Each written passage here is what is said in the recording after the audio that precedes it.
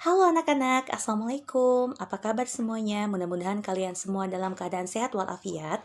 Kemarin kita sudah melaksanakan masa pengenalan lingkungan sekolah melalui aplikasi Zoom.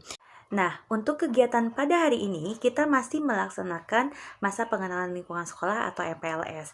Namun pada hari ini Umi akan memberikan satu materi. Jadi, tolong kalian simak baik-baik ya videonya. Nah anak-anak, sebelum Umi menjelaskan tentang keberagaman budaya bangsa, pada materi MPLS kali ini Umi juga akan menjelaskan sekilas konsep pembelajaran kelas 4 SD. Nah, sudah siap ya semuanya? Di video Umi sebelumnya, Umi sudah menjelaskan bahwa kelas 4 itu termasuk ke dalam fase kelas tinggi atau kelas atas. Di kelas-kelas sebelumnya, biasanya dalam satu semester kita hanya mempelajari 4 judul tema. Nah, untuk kelas atas, dalam satu semester kita akan mempelajari 5 judul tema. Nah, masing-masing dalam setiap temanya itu mengandung subjek atau mata pelajaran PPKN, Bahasa Indonesia, IPA, IPS, dan SBDP. Nah, kalau di kelas-kelas sebelumnya, matematika itu termasuk ke dalam tema.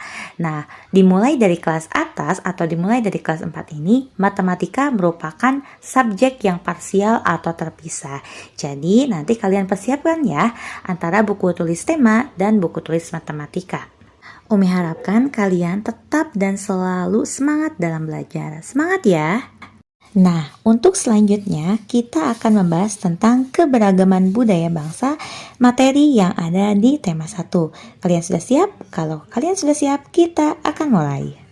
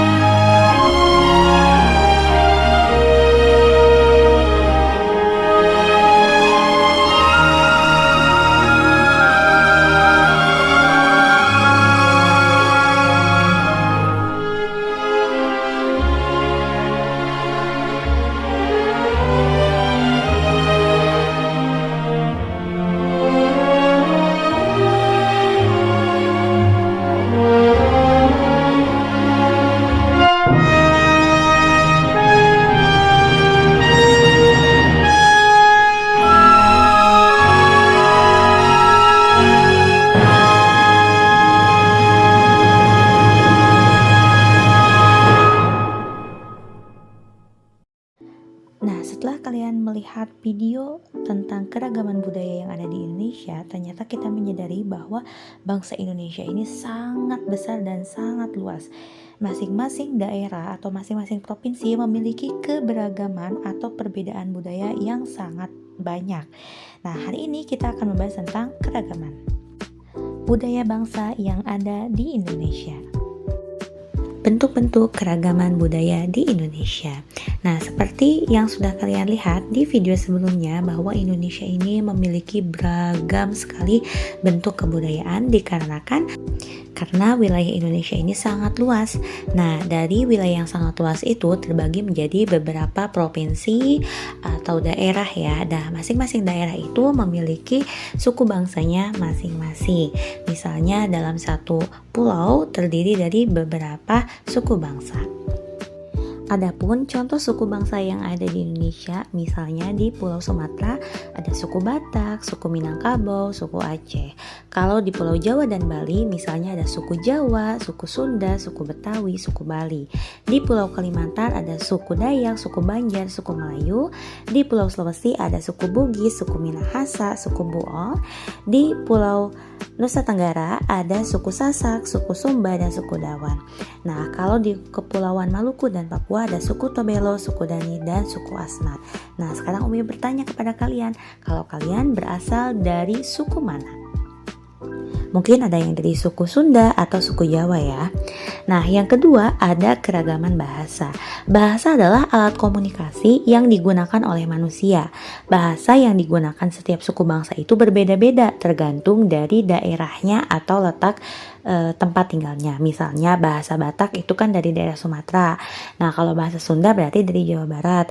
Bahasa Betawi dari DKI Jakarta. Kalau bahasa Jawa itu berasal dari betul, dari Jawa juga. Nah, yang ketiga adalah keragaman rumah adat di Indonesia.